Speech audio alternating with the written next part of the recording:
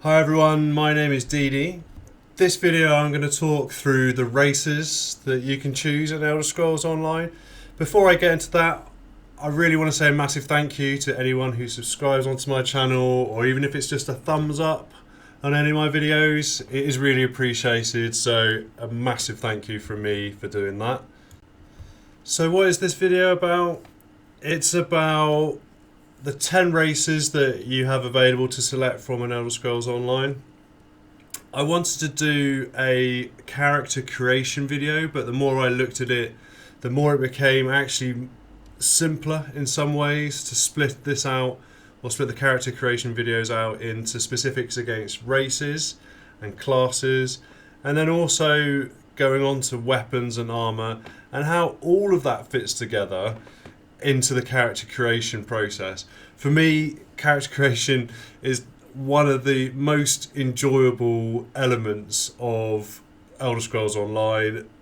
Also, potentially, many RPGs. I do spend a lot of time poring over different textbooks and manuals, kind of working out what's the optimum or what would just be really cool. And it becomes so subjective in many ways, just to say, I'm not going to follow the norm. I'm going to go and create some weird and wonderful character just to see how it works. However, I'm going to start with the fundamentals today and look at the races and what kind of characters and classes they're going to lead themselves towards. And the reason I'm doing that is, for me, Elder Scrolls Online is a relatively new game. I think for many of the Xbox or PS4 viewers as well, this will be relatively fresh information. And hopefully it will give you a kind of a good starting block to work from, and then maybe you could ignore it and just do whatever you want, which I'm all up for because variety is the spice of life. Or maybe you want to follow it in the first character and make something relatively standard until you can work out the core fundamentals of the game, so your next character can be this mad orc sorcerer with a massive double-handed weapon, and just be whatever you want it to be, and you can kind of play with all the class setups to make the coolest character you can think of. But anyway, let's start looking at some of this. I'm going to start with the Daggerfall Covenant, and first one is the Orc. So I'll put up his racial skills on the screen here for you to have a look at, and as you'd expect, he's a fairly beefy character. He's got heavy armor expertise, so if you're wearing heavy armor, it's going to level up 15% faster on an orc, so that's going to enable you to get more skills in that skill line, in the heavy armor skill line, quicker. You're brawny, so naturally you've got 2% extra health and stamina. Health and stamina obviously really useful to a tank type character. Health because you're going to obviously be able to take more damage, and stamina because you're going to use that to be dodging out the way, and also to be, because you're a melee generally character as a tank, you're going to be able to deal more damage because damage is scaled off stamina. Robust is the next one, increases health regeneration when in combat. Quite self-explanatory. Your health's going to naturally tick up faster than a non-orc character, which is really helpful. And finally, Swift reduces sprint cost by 4%, increases sprint speed by 3%. That's going to get you into combat that little bit quicker. Now, it's worth noting, those bottom three there, Brawny, Robust and Swift, you can spend attribute points in them and actually increase them further up if you wish to. And that's going to give you the ability to actually, it's up to 3 times, so in Brawny you can increase that up to 6%, Robust up to 15%, and Swift is 12% and 9%. You can't do that until you get further up as your character level, but if you can imagine towards the end game having a tank with an extra 6% health and stamina above a normal character or a non-orc character, Robust increasing your health 15% over a normal character, that's a really big advantage. So they do lend themselves really well to be tanks. That then infers that you should, as a class, go on to look at either a Dragon Knight or a Templar. However, there is the final option in terms of that Swift. Because of the sprint speed and the fact that it costs you less stamina, an Orc can potentially be a Bowman. or use the bow as one of its weapons, in PvP and in combat, you're able just to get away from people, sprint away, turn around, start shooting arrows. When they get closer, turn around. You're able to avoid combat quite nicely.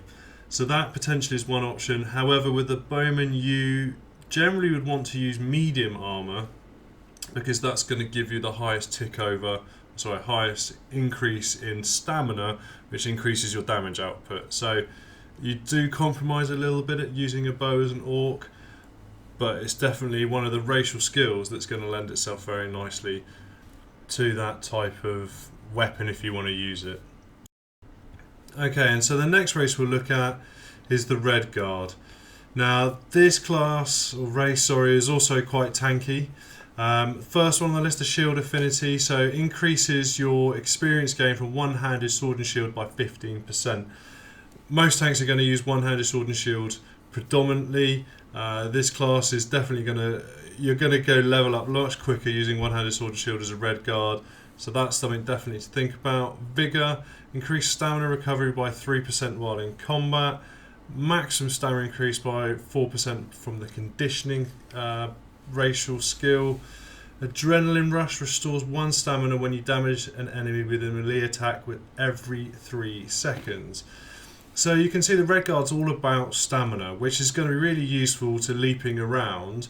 So it's less that you want to take damage. As an orc, you can take the damage because you've got the health to do it. Whereas a Redguard, you're going to try and avoid the damage as much as possible while being quite offensive. Because as a Redguard, you can wear medium, heavy, or light armor. You're not going to disadvantage your character for that. And actually, medium armor is going to boost your stamina, which we'll come on to in a later video, but that will boost your stamina stat.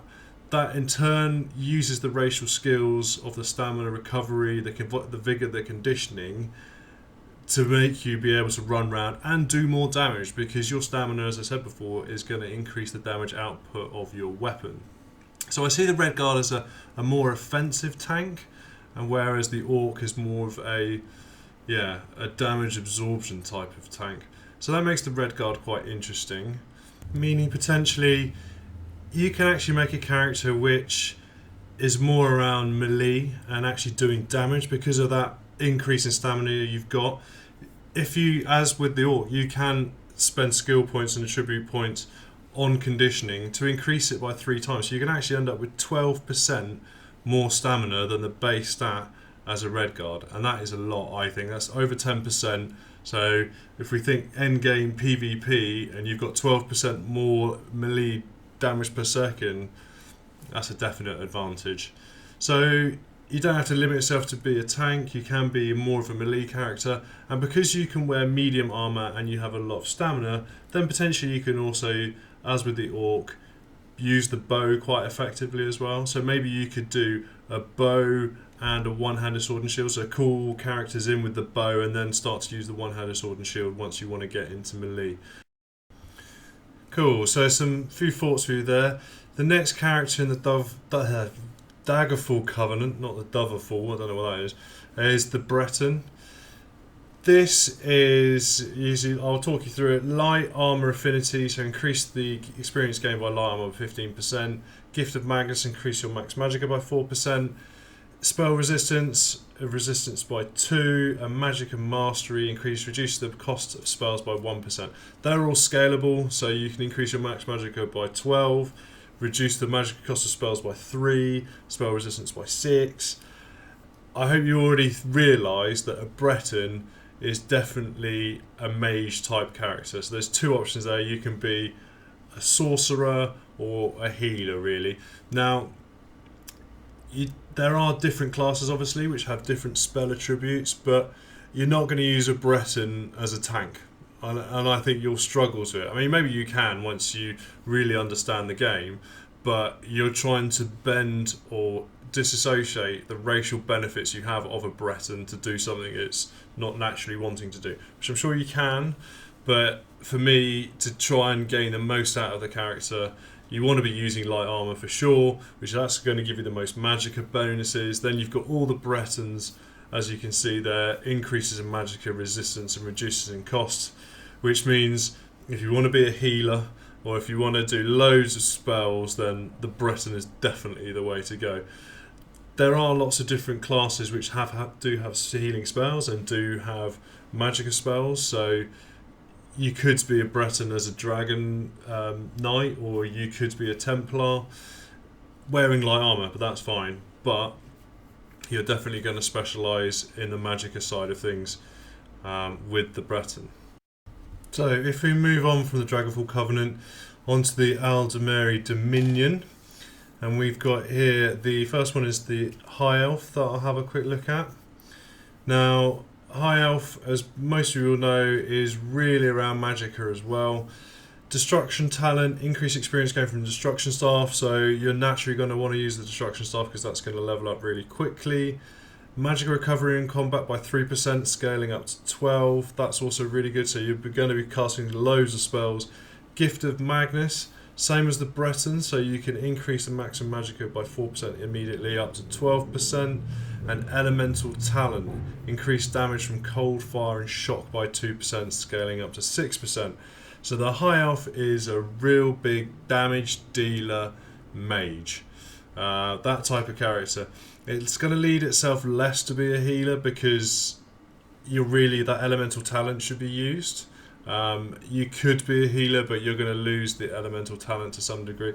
Although you can still use it, but less focus on it, that's fine. Again, this is no hard and fast rules. I'm just going to highlighting that light armor, loads of Magicka is where the High Elf is going to be aiming towards. It's not really going to be a tank or something like that. So yeah, if I was going to choose a High Elf, I'd grab the Destruction Staff, spec out as much Magicka as I can, and I'm sure I will be stomping on people. Because if you start increasing your Magicka, that increases the damage of your spells. That, coupled with the Elemental Talent, you're going to be pretty fearsome as a spellcaster. Okay, and up next in the Aldmeri Dominion, we have the little Wood Elves. As you sort of expect for those that know, the Wood Elf, the archery expertise, Wood Elves use a lot of bows, therefore has an experience gain of 15% by bow. So as a Wood Elf, you definitely want to have a bow as one of your weapons. Vigor, the same as the Redguard, they've got the same racial passive skill, which has increased stamina by 3%, scaling up to 12. Resist Affliction, increased poison damage, disease resistance by 7%. Critically increases your maximum stamina by 1%, so you can scale that up to 3, which is quite nice. It's not as good as the Redguard, but that is quite nice. And Stealthy improves stealth radius by 1 meter, increases damage done from stealth by 3%. That will scale up to 9%. So, naturally leads to be a Nightblade type of character. You don't have to be, you can still stealth using other classes, but a Nightblade does have some, hide in shadow. It has a whole shadow skill line. So, a bow as a Wood Elf, shooting out the shadows is definitely the way that ESO is looking to push your character. And yeah, you'll be doing some pretty good damage with the bow if you want to use it in that way. Next up in the Aldmeri Dominion, we have everyone's favourite cat, the Khajiit. So running through his racial skills, we've got medium armour expertise, up 15% experience. We're using medium armour, so that's definitely the way to go with the Khajiit. Also robust, increases health regeneration while in combat by 5%. That's the same as the Orc, so you are going to be getting much more health in combat than others. Stealthy, improves his stealth radius by 1 meter, increases damage done from stealth by 3%. And Carnage, increases critical rating from melee attacks by 2%. Those bottom two skills are where I see the Khajiit being a massively powerful character. Using a bow and shooting from stealth increases your damage by up to 9% endgame, but also because it's from stealth, it's generally going to do critical hit, which you're going to increase by 6%. So if you're able to put loads of attributes into stamina, you're going to get stamina off the medium armor as well. You're going to do loads of damage with your weapons, which not only could the Khajiit use a bow, but it could also use any of the melee weapons, maybe a double-handed or maybe a dual-wielding kind of combination with the Khajiit. and you're going to be doing so much damage with this character, it's going to be insane. So that is the 3 Uldamerry Dominion races. Let's look at the Ebonheart, let's look at the Argonian. So this type of character, key elements, restoration staff is increased by 15%, amphibious increases swim speed by 50%, and effectiveness of potions by 5%. Swimming, I'm not sure what benefit that's going to provide anybody, to be honest. Effectiveness of potions could be quite useful towards the end game, and obviously you should be focusing on alchemy if you're going to be an Argonian for sure. Argonian resistance, maximum health by 1%, resistance to poisons and disease by increased by 7. That is definitely helpful, but not too OP if you ask me. And quick to mend increases healing received by 2%. You can scale that up to 6%. So for me, you are resistant, you do have the ability to heal, so an Argonian is kind of pushing towards a healing type character. I guess you could be quite tanky because you've got the increase in health and disease and poison resistance.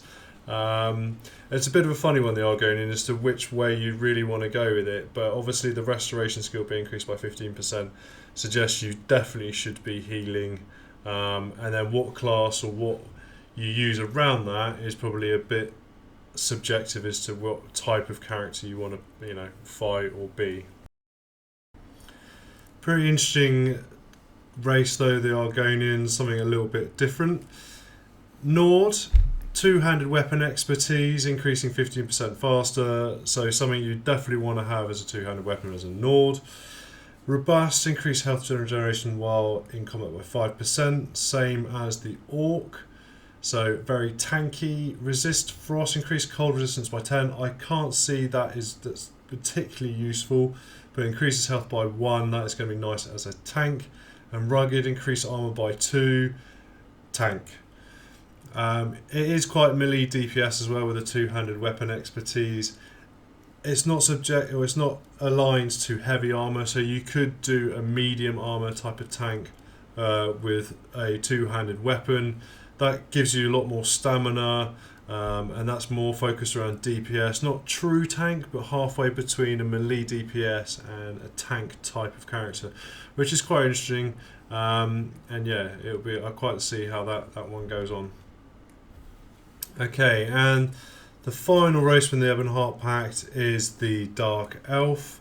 Looking through their stacks, ambidexterity increases XP from dual wielding by 15%. Dynamic increases maximum magicka and stamina by 2%. Resists flame, fire resistance by 31, increases your maximum magicka by 1. Flame talent increases spell power with fire effects by 1. Really interesting character type, I think, or race in the game. For me, do you want to be a assassin type character? Yes and no, because you've got the stamina increased by 2%. Do you want to be a Dragon Knight because you've got the flame increased by 1? Do you want to be a Dragon Knight Mage with maybe dual wielding daggers? I think that's also another possibility. A really open skill set, I think, with the Dark Elf. Obviously leaning towards Magicka, but having a little stamina boost there means that you can do a bit of melee. So maybe not a real sorcerer type of character, but straying into something else. Maybe, if there's a class line with fire spells that it would work really well with. So those are the 9 core races within the game. There is also the Imperial as well, which is the pre-order bonus, or not bonus really because you're paying money for it, and I think this is also available as a character class from the Crown Store. Can play for any faction, and to be honest, looking at these stats, you've got the one-handed and shield bonus of 15%, which is pretty good if you want to be a tank. Tough increases max health by 4%, and I'm assuming that scales up to 12%, which is massive, the same as the Orc. Conditioning increases max stamina by 4% up to 12%. That is also massive, and melee attacks have a 10% chance to restore 2 health. I don't think a 2 health is too bad, but maybe it does scale up to 30% and 6 health, which is going to be pretty good if you're always hacking away at people. And to be honest, this is looking a little bit OP if you ask me. Okay, people have paid money for it, it sort of makes sense to give them a better class of character, but tank, any melee DPS is going to be amazing with the Imperial. So in summary, the racial benefits are definitely going to lead your class and your character down a certain path based upon its race and the benefits you can get out of it. I don't think that's a bad thing.